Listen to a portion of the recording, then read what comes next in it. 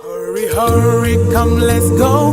Time's no longer on our side. Get on board quickly, this ship is going far. Get your loved ones, get your friends, find your place and settle in. We're not staying here, this ship is going far. It's going far, it's going far. Now this week, we'll be looking at wisdom for righteous living. Because as we all know, a righteous person is not free from temptation or problems, and we need wisdom on a daily basis to know how to navigate the sin-filled world. But first, let's look at what's in our heart, because you can't expect to be wise when you don't feed yourself with wisdom. Jesus said, "For a good tree does not bear bad fruit, nor does a bad tree bear good fruit. For every tree is known by its own fruit. For men do not gather figs from thorns, nor do they gather grapes from a bramble bush. A good man out of the good treasure of his heart brings forth good, and an evil man out of the evil treasure of his heart brings forth evil. For out of the abundance of the heart, his mouth speaks." That's in Luke 6, verses 43 to 45. Now in Canada, we group laws in two general categories. Public law, which sets the rules between an individual and society and includes things like criminal law. And then we have private law, which establishes the rules between individuals, also known as civil law. These laws affect nearly every aspect of our everyday lives, and they help set a balance between individual rights and our obligations as members of society. For example, laws tell us which side of the road to drive on, or what speed to go, or how to behave on the road. Laws are also equalizers because the same law applies to everybody, or at least in theory. Have you ever heard someone say, "How I love the laws of this country," or "I rejoice in driving at the speed limit on the highway," or "Those who love the criminal law have great peace of mind and heart and do not stumble"? Ideally, we all should love being law-abiding citizens because we know it helps ensure a safe and peaceful society. But that's not the reality. In many countries of the world, rather than internalizing the law in their hearts and minds, people are constantly trying to figure out how they can get away with illegal behavior without ever getting caught. Okay, but now let's go back to Psalms. Throughout chapter 119, the psalmist refers to the law of God as his source of joy, peace, and as his moral compass. God's law is a source of comfort for him, and he loves the law of God. He is so thankful for God's law, and following it makes him so happy and blessed. How can this be? Nobody talks about human laws like this, so how can God's laws have such a different impact on a person? God's laws are a protection and safeguard for his followers and give believers so much freedom in a world dominated by evil. Freedom to choose, to do the right thing even when no one is watching. For most of the 20th century, psychology, the study of human behavior, has focused on the question, what's wrong with people? In other words, traditional psychology has typically tried to understand mental illness or psychopathology and other dysfunctional patterns in human thoughts, feelings, and behaviors. However, at the turn of the century, a man called Martin Seligman started questioning this approach and began to explore human behavior from the opposite approach. In other words, what's right with people? What are their strengths, and how do they thrive, especially in difficult circumstances? And so we began to hear words like resiliency popping up. Nowadays, we hear people fostering mental health instead of discussing mental illness. And this new branch of psychology is called positive psychology, and it studies topics such as gratitude or good relationships, compassion, sense of humor, positive thinking, and, believe it or not, positive psychology has started studying wisdom. Traditionally, wisdom has been associated to spirituality, so for psychology to include it as a part of what makes a person live well and thrive is pretty revolutionary. And so what is wisdom? According to Paul Baltes, a leading expert on the topic, wisdom is expert knowledge in the fundamental pragmatics of life that permits exceptional insight, judgment, and advice about complex and uncertain matters.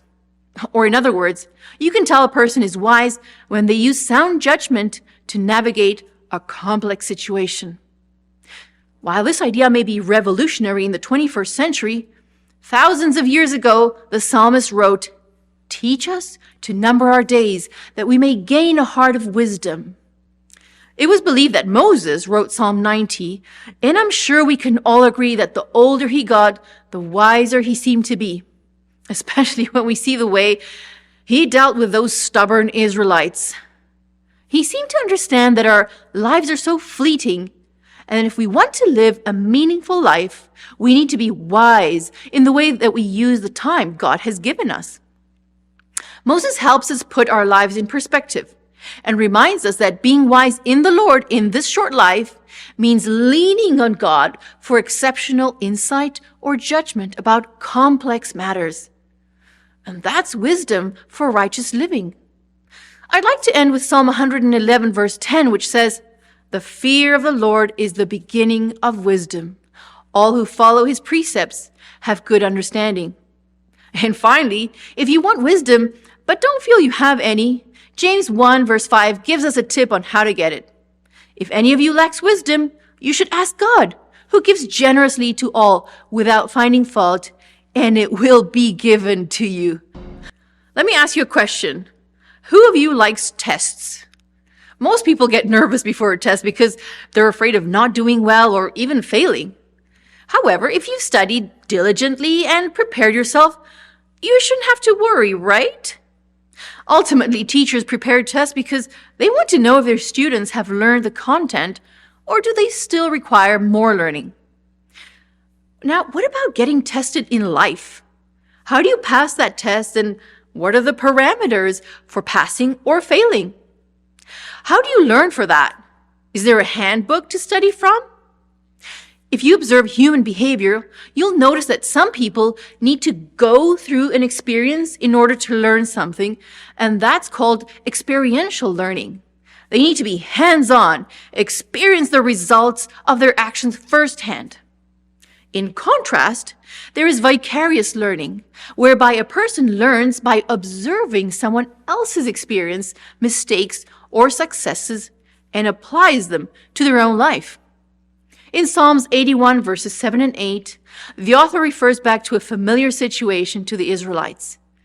"In your distress you called, and I rescued you. I answered you out of a thundercloud. I tested you at the waters of Meribah. Hear me, my people, and I will warn you. If you would only listen to me, Israel." It sounds like God is wanting his followers to learn something from the mistakes of others. In Psalms 95, again, the author of the psalm wants the readers to learn something about the Israelites at Meribah. This is a tragic moment where the Israelites were grumbling about not having any water, and Moses struck the rock, which eventually cost him the entrance to the promised land. It was a tragic and sad story. Circumstances will always test us, and God will use those circumstances to test us, to see if we put our faith in him, to see if we will trust him with our lives. And the Psalms urge us to learn from their mistakes. They failed the test, but we don't have to, because we can see what they went through and we can avoid the same downfall. And that is the wisdom for righteous living that we ought to have. God says, if you would only listen to me, today, if you would only hear my voice and not harden your heart like the people at Meribah, you could avoid so much suffering. Trust me. And that's the wisdom of vicarious learning. The Bible says that the stories we find in Scripture are for our learning.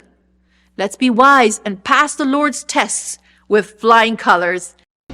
We continue to look at other aspects of wisdom for righteous living.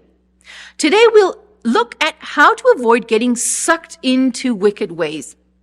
In Psalms 141, David asks God to not let his heart be drawn to what is evil, because he knows he'll end up taking part in wicked deeds. He realizes that evildoers will set traps to lure people into wickedness. That's the devil's MO. Max Stossel is the founder of Social Awakening, which is an organization dedicated to help young people survive and thrive in the modern world. Stossel used to be a media strategist working with multinational brands, specifically around social media. He used to design some of the notification structures companies use to distract users, but now his work is focused on creating awareness of the dangers on the internet, as well as developing resources to help manage the impact of social media on our lives. He has talked to thousands of parents, students, and educators about these topics. One of his more popular presentations is called "We've Been Sneaking Into Your Brains." And in it, he illustrates specific ways technology is designed to be addictive and distracting. He says we can liken the internet or phone addiction to an alcohol addiction, but more complicated than one we're used to. He says if you want to go inside of the bar or even a bottle to talk to your friends and do your work, if you carry that bottle around 24 hours a day, 7 days a week, and if that bottle was being updated every day to be more personally delicious for you, I think a lot more of us would be having drinking problems. And so it's really just this addiction that is very deeply layered with very real aspects of our lives. And more, and sadly, younger and younger, we're seeing kids getting drawn into this incredibly addictive, often damaging thing, but that is also so wound into the fabric of how people are communicating, and it's really difficult. And by the way, just for the record, I'm not saying that the internet is evil and that no one should use social media, because these are all very useful tools in the modern world.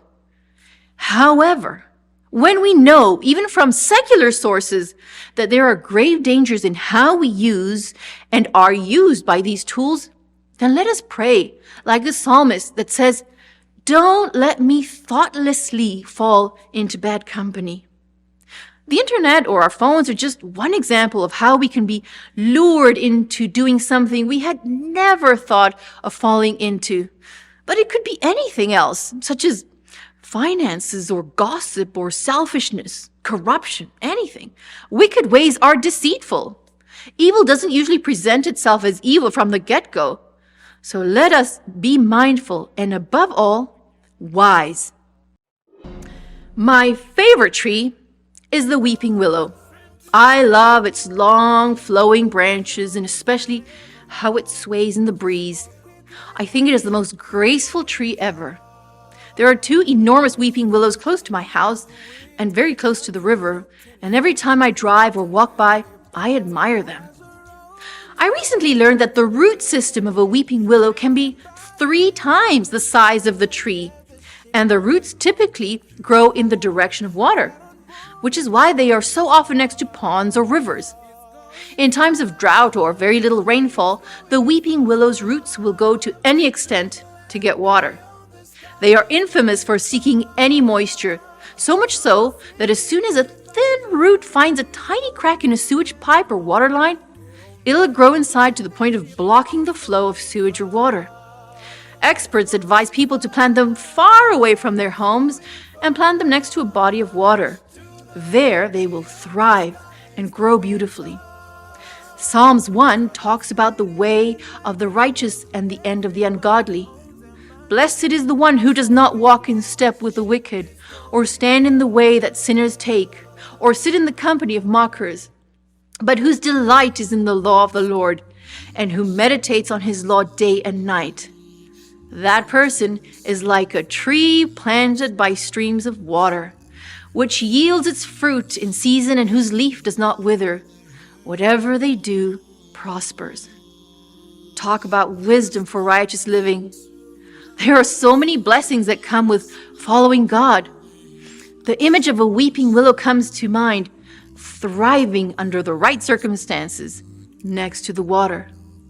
And as followers of God, when we choose to obey his laws and instructions and guidance, that's the right circumstances, we are blessed because God knows those are the very things we need in order to be truly happy. There are other psalms that express God's blessing on the righteous, such as Psalms 112 or 128. But let me be clear, this is not the prosperity gospel. Yes, every good and perfect gift comes from above, from the Father of lights. But let us read these psalms with wisdom. God does not guarantee material wealth to his followers. The ultimate fulfillment of these psalms are in the life to come and in the new heaven and the new earth. So trust God's word. If he promises to bless you if you walk in his ways, then open yourself to receive whatever God has in store for you. Ship is going